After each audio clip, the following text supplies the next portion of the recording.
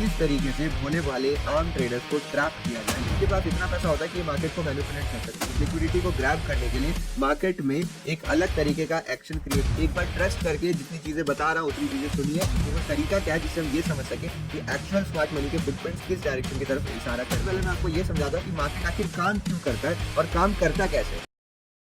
आज मैं आपसे भी ये चैलेंज ले रहा हूँ और खुद से भी ये चैलेंज ले रहा हूँ कि ये जो 3 पार्ट की वीडियो सीरीज़, ये 3 पार्ट का कोर्स जो फ्री में मैं यूट्यूब में अपलोड करने वाला हूँ, अगर आप उसको पूरा देख लेते हो अच्छे से और उस पे थोड़े दिन के लिए भी प्रैक्टिस कर लेते हो ना, आप लिक्विडिटी के मास्टर बन जाओगे। मार्केट में लिक्विडिटी ट्रैप जहाँ भी क्रिएट होगा, वहाँ आपको पहले से पता रहेगा, उस पर कैसे ट्रेड करना है, उसको कैसे मैनेज करना है, उससे कैसे बचना है, उस सारे चीज़ की नॉलेज जो है वो आपको मिल जाएगी केवल ये 3 पार्ट की वीडियो सीरीज़ देखने से।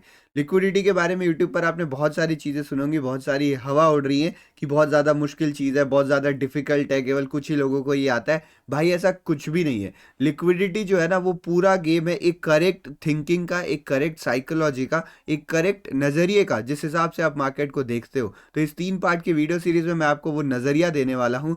पार्ट 1 हमारा रहेगा जिसमें हम बेसिक डिस्कस करेंगे, हम इंट्रोडक्शन डिस्कस करेंगे। वो बेसिक भी बेसिक नहीं रहने वाला, आप बस एक बार देखते रहना। स्टार्ट करते हैं, मैं आपका ज़्यादा समय बर्बाद नहीं करूँगा। शुरू में बस ये 2 मिनट बोल रहा हूँ कि आपको इसमें पूरा मिलेगा। एक बार ट्रस्ट करके जितनी चीज़ें बता रहा हूँ उतनी चीज़ें सुनिए, समझिए, प्रैक्टिस करिए और फिर फॉलो करिए, आपकी कोई भी चीज़ नहीं छूटेगी। बहुत सारे लोगों को लगता है कि लोग यूट्यूब पे पूरी नॉलेज नहीं देते, लेकिन मैं जो भी वीडियो बनाता हूँ वो पूरी मेहनत से बताता हूँ और आपको कोई भी चीज़ छुपा के रखने की कोशिश नहीं करता हूँ। तो चलिए शुरू करते हैं। नमस्ते, मेरा नाम है Shivam, welcome to the channel. ये वीडियो सबसे पहले आ रही है, चैनल सब्सक्राइब कर दिए, लाइक कर दिए, ताकि फटाफट मैं नेक्स्ट पार्ट भी अपलोड कर सकूँ और उसकी नोटिफिकेशन आपको मिल जाए। तो देखो, ये जो लिक्विडिटी वर्ड है ना, इसको एसएमसी में बहुत ज़्यादा एडवर्टाइज किया जाता है कि ये एसएमसी का कॉन्सेप्ट है, एसएमसी का कॉन्सेप्ट है। बट अगर आप एक प्राइस एक्शन ट्रेडर रहे हो या फिर आप इंडिकेटर बेस्ड ट्रेडिंग भी करते हो ना, और आपने थोड़ा इसके बारे में सोचा कि ये मार्केट इस तरीके से क्यों बिहेव कर रहा है, कभी भी आप ट्रेड लेते हो, आप ट्रैप हो जाते हो, तो अगर आपने 2 मिनट रुक के ये सोचने की कोशिश करिए कि मार्केट ने मुझे यहाँ पर ट्रैप क्यों कर लिया, जैसे ही आप ये सवाल अपने से करोगे ना, आप किसी भी टाइप ऑफ ट्रेडर हो, चाहे इंडिकेटर लगा के कर रहे हो, चाहे कुछ भी कर रहे हो, आपको कुछ ना कुछ मार्केट में दिखना स्टार्ट हो जाएगा। तो जो पूरे एसएमसी या जो पूरे लिक्विडिटी कॉन्सेप्ट की शुरुआत कहाँ से हुई? ये शुरुआत हुई केवल एक क्वेश्चन से। ये क्वेश्चन ये था कि मार्केट का ऐसा बिहेवियर क्यों? अगर मार्केट को इस जगह से ऊपर ही जाना था, तो यहाँ पे पहले नीचे जाके ट्रैपिंग क्यों करी गई? आखिर मार्केट सबसे पहले नीचे क्यों गया? तो इस वीडियो में लिक्विडिटी समझाते समय मैं पूरी कोशिश करूंगा कि आपको इस वाई का मतलब समझा सकूं कि आखिर ऐसा क्यों हो रहा है। और ये समझने के लिए ना, आपको सबसे पहले ज़रूरी है एक सही तरीके से सोचने की। मार्केट के बारे में आज मैं आपको एक नई चीज़ बताता हूँ। सबसे पहले मैं आपको ये समझाता हूँ कि मार्केट आखिर काम क्यों करता है और काम करता कैसे है। इसमें कौन-कौन से लोग हैं और वो किस हिसाब से मार्केट को चलाते हैं, जो मार्केट में ये लिक्विडिटी का कॉन्सेप्ट जनरेट होता है, ये मार्केट का यूनिक बिहेवियर जनरेट होता है। हर मार्केट के ना अपने खुद के ऑपरेटर्स होते हैं, बट अगर आप क्रिप्टो फॉरेक्स मार्केट की बात करो मोस्टली, तो वहाँ पर आपको एक लेवल ऑफ ऑपरेटर्स दिखेंगे। लेवल मतलब कोई एक होता है जो सबसे बड़ा प्लेयर होता है, फिर उससे नीचे उससे छोटे प्लेयर्स होते हैं और धीरे-धीरे करके लास्ट में सबसे छोटे प्लेयर बचते हैं। हर मार्केट की यही डायनामिक्स रहती है। मैं आपको क्रिप्टो फॉरेक्स मार्केट के हिसाब से समझाने की कोशिश करता हूँ। फॉर एग्जाम्पल, आप गोल्ड में बहुत ज़्यादा ट्रेड करते हो, तो गोल्ड की बात कर लो, या फिर आप कोई करेंसी में ट्रेड करते हो, उस करेंसी की बात कर लो। तो करेंसी में जो सबसे बड़ा प्लेयर होता है ना, जिसको आप नंबर 1 पे रख सकते हो, वो हमारे पास होते हैं सेंट्रल बैंक्स। सेंट्रल बैंक मतलब जैसे इंडिया का आरबीआई हो गया, अमेरिका का फेड हो गया, ये करेंसी भी बहुत ज़्यादा हैंडल करते हैं और गोल्ड्स में भी ट्रेडिंग सबसे ज़्यादा सेंट्रल बैंक ही करते हैं।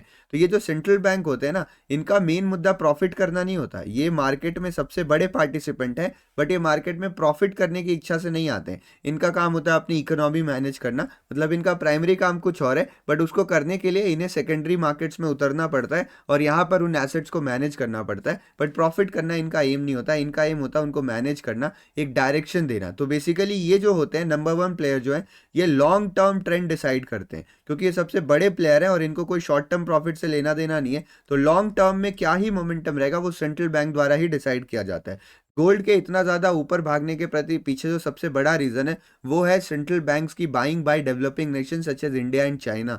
ये लोग बहुत ज़्यादा सोना खरीद रहे थे डी डॉलराइजेशन के अगेंस्ट में हेज करने के लिए, इसीलिए गोल्ड के प्राइसेस भी बहुत तेज़ी से बढ़े। तो ये लॉन्ग टर्म ट्रेंड डिसाइड करते हैं। हर मार्केट में कोई ना कोई एक प्लेयर होता है जिसको शॉर्ट टर्म प्रॉफिट से लेना देना नहीं होता, जो लॉन्ग टर्म ट्रेंड्स को डिसाइड करता है। उसके बाद नीचे लेवल्स पे जो लोग आते हैं ये लोग होते हैं मार्केट के एक्टिव पार्टिसिपेंट्स। इन लोगों को मार्केट के हर एक प्राइस मूवमेंट से लेना देना होता है और ये उसको मैनिपुलेट भी कहते हैं। अब यहीं पर इन्हीं को ना हम स्मार्ट मनी भी कह देते हैं।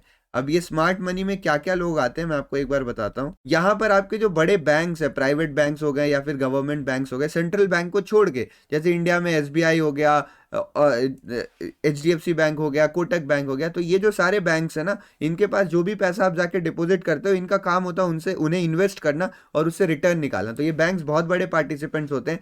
चाहे वो क्रिप्टो मार्केट हो, क्रिप्टो में भी बैंक्स की पार्टिसिपेशन कम है, बट फॉरेक्स मार्केट और इक्विटी मार्केट में बैंक्स की पार्टिसिपेशन बहुत ज़्यादा रहती है। उसके बाद हमारे पास आते हैं हेज फंड्स। हेज फंड्स वो होते हैं जिनका काम ही केवल यही है लोगों से पैसा लेके ट्रेड करना, उस पैसे को इन्वेस्ट करना और उसको उनको रिटर्न्स जनरेट करके देना।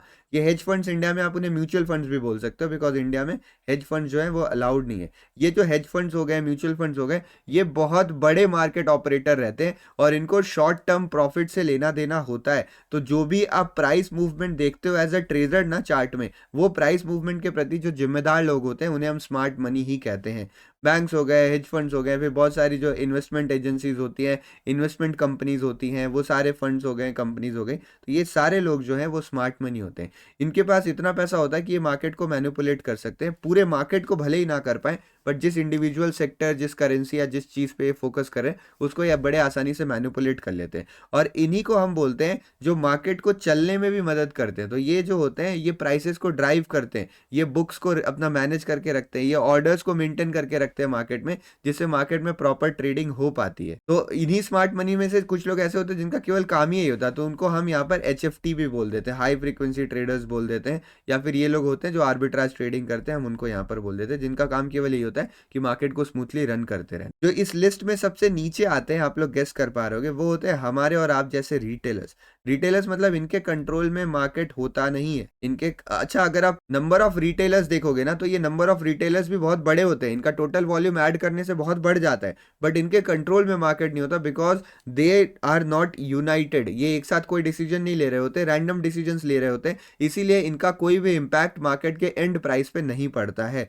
तो यही बाजार की डायनामिक्स है। अब आप मुझे बताओ कि यहाँ पर जो भी आप ट्रैप हो रहे हो, जो भी अभी हमने सवाल पूछा ना कि हमें खुद से ये क्वेश्चन करना है वाई, तो इस वाई का जवाब हमें क्या मिलेगा कि मार्केट में अगर ट्रैपिंग हो रही है तो वो ट्रैपिंग कौन करवा रहा है। अगर मार्केट में कोई रैंडम बिहेवियर हुआ, वो रैंडम बिहेवियर किसके कारण हुआ, तो इसका जवाब रहता है 90% केसेस में, क्योंकि कुछ केसेस में रिटेलर्स भी कर जाते हैं भाई गड़बड़ एक साथ मिलके, नहीं तो in most of the cases जो ये स्मार्ट मनी होता है यही मार्केट के प्राइसेस को ऊपर नीचे कर रहे होते हैं, यही ट्रैप्स बिछा रहे होते हैं, यही आपको फंसा रहे होते हैं। और they are the creators of liquidity, they are the managers of liquidity. तो अगर आपको लिक्विडिटी समझना है, आपको वो नज़रिया डेवलप करना है, वो साइकोलॉजी चाहिए कि मार्केट में लिक्विडिटी कहाँ पर है, मैं कैसे बचूँ, कैसे ट्रैप करूँ ना, तो आपको इनकी नज़रिए से मार्केट को देखना पड़ेगा।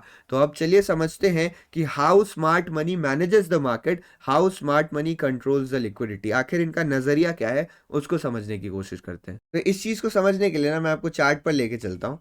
ये मेरे सामने यहाँ पर आपको चार्ट नज़र आ रहा होगा। अब इस चार्ट में आप कुछ चीज़ देखने की कोशिश करना। फॉर एग्जाम्पल हम इसी सिनेरियो को लेते हैं। यहाँ पर ये मैंने गोल्ड का 5 मिनट का चार्ट ओपन कर लिया था।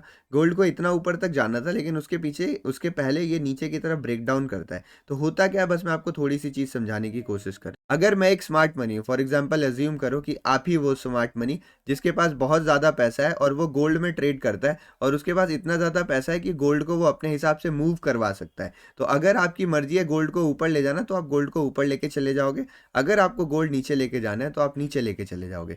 लेकिन यहाँ पर सवाल उठता है कि आखिर ये ऊपर नीचे ले कैसे जाया जाता है, how operator moves the market, वो क्वेश्चन बेसिक है सबसे पहले। तो मैं इसका जवाब देता हूँ। जब भी आपको मार्केट को ऊपर ले जाना है तो आपको एग्रेसिव बाइंग करनी पड़ेगी। ये काफ़ी सिंपल चीज़ है, बड़ी ऑब्वियस चीज़ है। अगर आपको मार्केट को ऊपर ले जाना है तो आपको करनी पड़ेगी बाइंग। सिमिलरली अगर आपको मार्केट को नीचे ले जाना है तो आपको एग्रेसिव सेलिंग करनी पड़ेगी। अब बाइंग करने के लिए दो चीज़ों की ज़रूरत होती है। सबसे पहले तो ये ज़रूरत होती है कि आपके पास प्रॉपर फंड्स हो।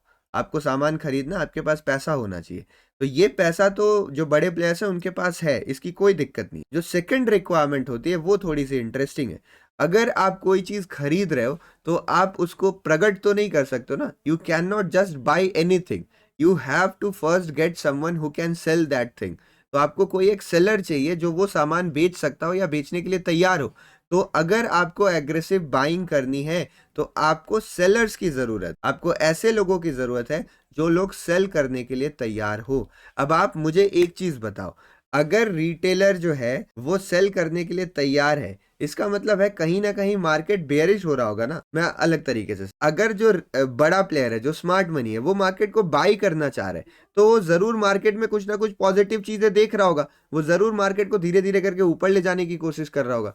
तो अगर यही पॉजिटिव चीज एक रिटेलर भी देखेगा, यही ऊपर जाने वाला बिहेवियर एक आम ट्रेडर भी देख रहा है, नॉर्मल ट्रेडर भी देख रहा है, तो वो सेल करेगा क्यों? दैट इज द पॉइंट जहां पर मामला फंस जाता है कि आखिर मार्केट इतना बढ़िया लग रहा है बाइंग के लिए, तो आप सेलर्स लाओगे कहां से? और अगर आप सेलर्स ला नहीं पाओगे तो आपका जो इतना बड़ा फंड है वो आपके बैंक अकाउंट में पड़ा रहेगा, उसका आप ट्रेड एग्जीक्यूट नहीं कर पाओगे। और जब आप ट्रेड एग्जीक्यूट नहीं कर पाओगे तो आप प्रॉफिट कहां से करोगे, आप रिटर्न्स कहां से जनरेट करोगे? यही एकमात्र दिक्कत है जो सारे स्मार्ट मनी को तगड़े तगड़े एल्गोरिदम बनाने पर मजबूर कर देती है कि किस तरीके से इन सेलर्स को मार्केट में लाया जाए। अगर मैं इसको सिंप्लीफाई करने की कोशिश करूं ना, तो किस तरीके से ऐसे ट्रेडर्स को मार्केट में लाया जाए जो आपके अगेंस्ट में सोच रहे हैं, जो मार्केट के एक्चुअल डायरेक्शन के अगेंस्ट में सोच रहे हैं। यानी अगर इसको और सिंपल भाषा में बताऊं तो किस तरीके से भोले भाले आम ट्रेडर्स को ट्रैप किया जाए, उन्हें किस तरीके से फंसाया जाए अगेंस्ट सोचने में, मार्केट के अगेंस्ट सोचने में, एंड इवेंचुअली लॉस करने में। देखो ये हम सबको पता है कि this is a zero sum game. यहाँ पर अगर कोई एक जन कमा रहा है तो दूसरा आदमी गंवा रहा है, तो गंवाने वालों को आपको ढूंढना पड़ेगा अगर आप पैसा कमाना चाहते हो तो। अगर आपको इतनी बात समझ में आ गई ना तो वीडियो जरूर लाइक कर दीजिए और आप नेक्स्ट पार्ट के लिए रेडी रहिए। अब ये पार्ट खत्म नहीं हो रहा, but be ready for next part. Next part इससे भी ज़्यादा इंटरेस्टिंग होने वाला है। अगर आपको इतनी चीज़ समझ में आई है ना तो अब आप तैयार हो एक्चुअल ये चीज़ जानने के लिए कि स्मार्ट मनी किस तरीके से सोचता है। तो क्या आप लोग सच में तैयार हो उसके बारे में? वीडियो पॉज करिए, एक बार इसको रिवाइज कर लीजिए, फिर आगे का सेक्शन जो है वो देखिएगा। तो मैं मार्केट का आपको फ्लो समझाता हूँ। एक स्मार्ट मनी जो है वो सबसे पहले डिसाइड करता है कि मुझे मार्केट को किस डायरेक्शन में ले जाना है। ये स्मार्ट मनी ने डिसाइड कर लिया। उसके बाद उस डायरेक्शन के अगेंस्ट में, यहाँ पर उसे ऑर्डर्स की ज़रूरत है, उसे ऑर्डर्स की ज़रूरत है। और ये जो ऑर्डर्स वर्ड है ना, इसी को फैंसी भाषा में लिक्विडिटी कहा जाता है। तो जिस डायरेक्शन में स्मार्ट मनी को ले जाना है उस डायरेक्शन के अगेंस्ट में लिक्विडिटी की ज़रूरत है। अब उस लिक्विडिटी को पाने के लिए यहाँ पर बहुत सारे तरीके के तिकड़म किए जाते हैं, जिन्हें आप सिंपल ट्रैप कह सकते हो, इन्हें आप लिक्विडिटी स्वीप्स कह सकते हो, कुछ भी कहो आप। तो इस लिक्विडिटी को कैप्चर करने के लिए, इस लिक्विडिटी को ग्रैब करने के लिए मार्केट में एक अलग तरीके का एक्शन क्रिएट होता है जिसको हम स्टडी करेंगे। और जब वो एक्शन क्रिएट हो जाता है तो लिक्विडिटी जो है वो स्वीप कर ली जाती है या ग्रैब कर ली जाती है, डिपेंडिंग अपॉन द सिचुएशन। ये स्वीप या ग्रैब क्या चीज़ है वो भी मैं आपको बताऊंगा।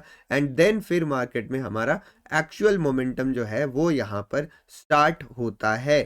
तो जो सारे रिटेलर्स हैं ना वो इसी फ्लो में फंसते चले जाते हैं और उन्हें रियलाइज़ नहीं होता कि वो गलती कर कहाँ रहे हैं। अगर हमें उन सारे रिटेलर से आगे निकलना है और स्मार्ट मनी की तरह सोचना है तो हमें इसी स्टेज पर आके आइडेंटिफाई करना पड़ेगा कि कौन कौन से जगह पर पॉसिबल लिक्विडिटी का फॉर्मेशन हो रहा है, किस किस जगह पे मेरे ट्रैप होने के चांसेस हैं, मैं उन ट्रैप से कैसे बचूं, वो आपको आइडेंटिफाई करने आना चाहिए। अब आपको अच्छी तरीके से ये समझाने के लिए कि देखो लिक्विडिटी कैसे क्रिएट हो रही है, मैंने यहाँ पर एक चार्ट लिया हुआ है जिस जगह पे गोल्ड का एक हाई लगा हुआ है। इस हाई के बाद आप देखते हो यहाँ पर मार्केट में एक टाइप ऑफ रेजिस्टेंस जो है वो क्रिएट हो चुका था। मार्केट नीचे जाता है, नीचे आने के बाद दोबारा इस लेवल पे मार्केट आता है। अब आप अगर देखोगे तो इस लेवल पे मार्केट होल्ड करने की कोशिश कर रहा है।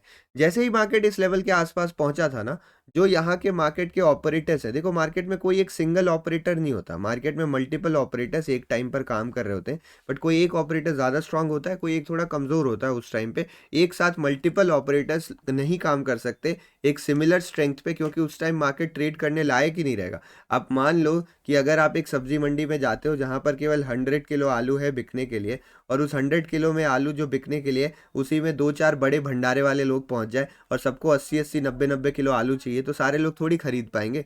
तो इसीलिए मार्केट में मल्टीपल ऑपरेटर्स काम करते हैं, बट सेम लेवल पे, बड़े लेवल पे सारे ऑपरेटर्स एक साथ मार्केट में नहीं काम कर सकते, क्योंकि उतनी लिक्विडिटी मार्केट ऑफर ही नहीं करता है। अगर इंडियन मार्केट की बात करो तो इसमें तो गिने चुने 2-4 ऑपरेटर्स काम करते हैं किसी एक सिंगल स्टॉक पे, जिसमें 1 या 2 बड़े होते हैं। अगर आप क्रिप्टो फॉरेक्स मार्केट की बात करो तो ये काफ़ी गुना बड़ा है, 100 गुना 50 गुना बड़ा है नॉर्मल इक्विटी मार्केट से। तो यहाँ नंबर ऑफ ऑपरेटर्स ज़्यादा होते हैं जो साइमल्टेनियसली काम कर सकते हैं, बट फिर भी कुछ ऑपरेटर्स होते हैं जो मार्केट को डोमिनेट करते हैं। जैसे ही बाजार इस लेवल के आसपास पहुंचा होगा, जरूर ये डिसाइड कर लिया गया होगा कि मार्केट को ऊपर ले जाना है या नीचे ले जाना है। तो जैसा आप अभी बाद में देख पा रहे हो, वो डायरेक्शन जो थी वो नीचे की थी। उस टाइम आपको समझ में नहीं आएगा ये क्या डायरेक्शन है, समझ में आएगा लेकिन इस वीडियो में नहीं समझ में आएगा। जो मैं नेक्स्ट पार्ट बताने वाला हूँ उसमें यही बताने वाला हूँ कि वो तरीका क्या है जिससे हम ये समझ सके कि एक्चुअल स्मार्ट मनी के फुटप्रिंट्स किस डायरेक्शन की तरफ इशारा कर रहे हैं। तो अभी आप उसको भूल जाओ, अभी आप केवल लिक्विडिटी ट्रैपिंग का मेथड देखो। तो जो सिमिलर हाई बना था उस जगह पे मार्केट रहता है, और फिर यहाँ पर आप इस कैंडल पे गौर फरमाइए। ये कैंडल आप देख रहे हो कितना तेजी से आपको ऊपर जाते हुए नजर आ रही है। तो जैसे ही ये कैंडल ऊपर की तरफ गई, जितने सारे ब्रेकआउट के ट्रेडर्स हैं, जितने सारे ट्रेडर्स हैं जो ब्रेकआउट ट्रेड करना चाहते हैं, वो सारे ब्रेकआउट ट्रेडर्स ने यहाँ पर अपने बाई के ऑर्डर्स को पंच कर दिया होगा। और जैसे ही उन्होंने बाई के ऑर्डर्स को पंच किया होगा, उन्होंने अपने नीचे के लेवल्स पे स्टॉप लॉसेस लगाए होंगे। ये नीचे के लेवल पे उन्होंने अपने स्टॉप लॉसेस लगाए होंगे। ये स्टॉप लॉसेस जो थे वो सेल साइड के स्टॉप लॉसेस थे, ठीक है। तो अभी उन्होंने नया बाई का ऑर्डर पंच कर। दूसरे टाइप ऑफ ट्रेडर जिन पे हम फोकस करें वो ये लोग हैं जिन्होंने सेल किया था। अब देखो यहाँ पर फॉल नजर आ रहा है, यहाँ पर भी बहुत सारे ट्रेडर्स ने सेल का ट्रेड लिया होगा। बहुत सारे सेलर्स ने यहाँ पर सेल का ट्रेड, इस जगह को भूल जाओ, इन छोटे छोटे जगहों पे सेल के ट्रेड लेने की कोशिश करी होगी। तो जितने लोगों ने यहाँ पर नया सेल का ट्रेड ले रखा था ऑलरेडी, उन्होंने भी इन लेवल्स पे अपने स्टॉप लॉसेस लगाए होंगे। मैक्सिमम लोग यही सोचते हैं कि जब हाई ब्रेकआउट होगा तो मैं अपने ट्रेड को एग्जिट कर दूंगा। तो यहाँ पर उन्होंने अपने एसएल लगाए थे, और इनके एसएल जो थे वो बाई साइड में लगाए गए थे। अगर आप सेल करो तो आप एग्जिट करने के लिए बाई करोगे, तो यहाँ पर जो उनके एसएल लगाए गए थे वो बाई साइड का लगाए गए। तो जैसे ही प्राइस इसके ऊपर गया ना, मार्केट में बहुत तेजी से, बहुत ज्यादा स्पीड से बाई के ऑर्डर एग्जीक्यूट होना स्टार्ट हो गए। तो जो नॉर्मल रिटेलर्स थे उन्होंने यहाँ पर बहुत तेजी से बाइंग करनी शुरू कर दी, और नॉर्मल रिटेलर बाइंग कर रहे थे, उस मौके का फायदा उठा के जो ऑपरेटर है उसने यहाँ पर अपने सेलिंग के ट्रेड्स बनाने स्टार्ट कर दिए। क्योंकि ऑपरेटर को इवेंचुअली मार्केट नीचे लेके आना था, तो उन्होंने यहाँ पर अपने सेलिंग के ट्रेड्स बनाने स्टार्ट कर दिए। तो आप देख रहे हो किस तरीके से नॉर्मल रिटेलर्स को फंसाया गया ऑपोजिट डायरेक्शन में जाने के लिए, ताकि वो जो एक्चुअल डायरेक्शन है उस डायरेक्शन में अपने ट्रेड्स को बना सके। तो ये जो फंसाने की प्रक्रिया है, और जो पूरे फंसाने के प्रोसेस में ये ऑर्डर्स को रिसीव किया गया, इन ऑर्डर्स को एग्जीक्यूट करवाया गया, इन्हें एब्जॉर्ब करा गया, इसी को हम लिक्विडिटी बोलते हैं। और जो फिनोमिना यहाँ पे हुआ है इसको हम यहाँ पर लिक्विडिटी स्वीप के नाम से जानते हैं। कि मार्केट ऊपर गया, मार्केट ने सारे लिक्विडिटी जो भी ऑर्डर्स थे उन सारे को एब्जॉर्ब करा, और फिर मार्केट एक्चुअल डायरेक्शन में उतर के रिवर्सल मूव करना स्टार्ट कर देता है।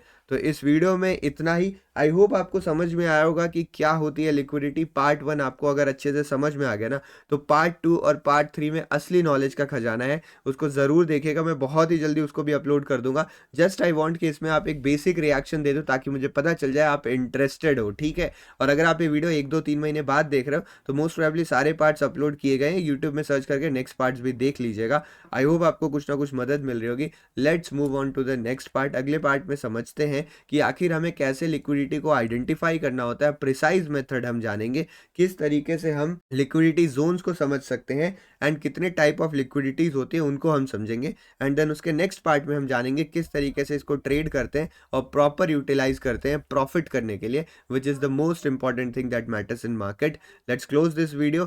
Thank you very much. अगले पार्ट में मिलता हूँ आप सभी।